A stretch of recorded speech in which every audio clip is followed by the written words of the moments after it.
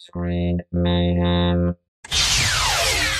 Wonder Woman tells the story of Diana, the princess of a magically protected island entirely populated by armor-clad warrior maidens. Sounds good so far, doesn't it? Then one day, Captain Steve Trevor, played by Chris Pine, crashes his plane off the coast of the island and Diana plunges in to save him. Unlike most men, Captain Steve does not turn into a gibbering wreck and beg to be allowed to live out his days on the island. No, he's a man on a mission. World War I rages in the world outside, and Captain Steve has an evil German scientist to stop from developing evil poison gas. She even has to wear a mask to cover parts of her evil face. Did I mention that she's evil? Diana leaves the island to help him, armed with her bulletproof wrists and a sizzling gold lasso that forces whoever it holds to tell the truth.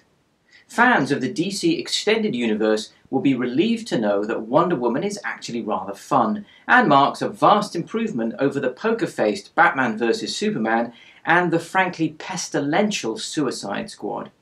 Cleverly, it manages to act as both an origin story and an adventure story in its own right. The movie gets off to a bright start as we spend time watching the young Diana train and quickly grow into Gal Gadot. Laughably, the movie attempts to explain away Gadot's charming accent by requiring all of the other women on the island to speak in approximately the same way.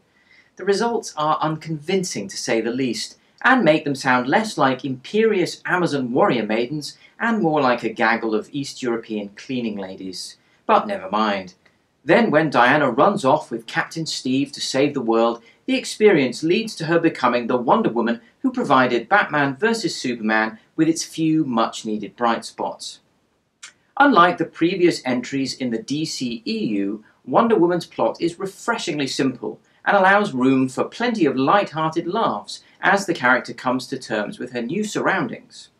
Much like Marvel's Thor, Wonder Woman is at its best when functioning as a fish-out-of-water comedy, which is clearly the only sensible way of making an audience engage with a superhumanly attractive individual wandering about wartime London wearing golden armour. Speaking of which, Wonder Woman is a handsomely made film that revels in its period trappings. Early 20th century London has rarely, if ever, been recreated in such grim, prim and proper detail. But by far the best thing about Wonder Woman is Gal Gadot, who not only looks the part, but conveys just the right amount of mischievousness, naivety, and feisty outrage. Her clear brow furrows in disbelief at the way mankind is destroying itself, and when she bursts into boardrooms full of stuffy old men making military decisions, she's always the most powerful presence, no matter how much they may sneer at her. Now that's star power. Wonder Woman is far from an unqualified triumph, however.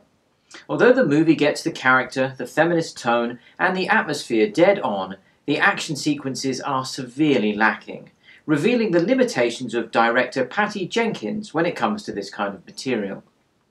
In undercooked Zack Snyder style, when Wonder Woman does spring into action, the movie shifts into slow motion, presumably to give us ample time to be impressed as Diana stops bullets with her costume jewellery, rags the bad guys around with her glow-in-the-dark bondage whip of truth, and leaps miles into the air, a feat she seems only capable of doing when given a convenient springboard. It's all too soft, too CGI, and there's nowhere near enough of it.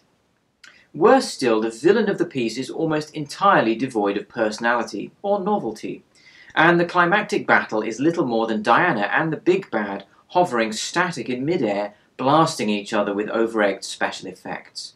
Not exactly the payoff we were waiting for. Failings aside, however, it is refreshing to finally have a halfway decent superhero movie with a female lead. No, it may not be quite good enough to mix it with the big boys, but it's as near as damn it, and with a truly star-making turn from Gadot, that's wonder enough. Wonder Woman gets a fair and square Screen Mayhem rating of 3.5 stars out of 5. Thank you for watching our review. If you enjoyed it, then why not look out for our upcoming website at screenmayhem.com, launching in early July, which will include podcasts on new movies, martial arts and action movies, classic movies, cult classic movies, TV, and even a few articles what we writted down ourselves. Goodbye. Until next time.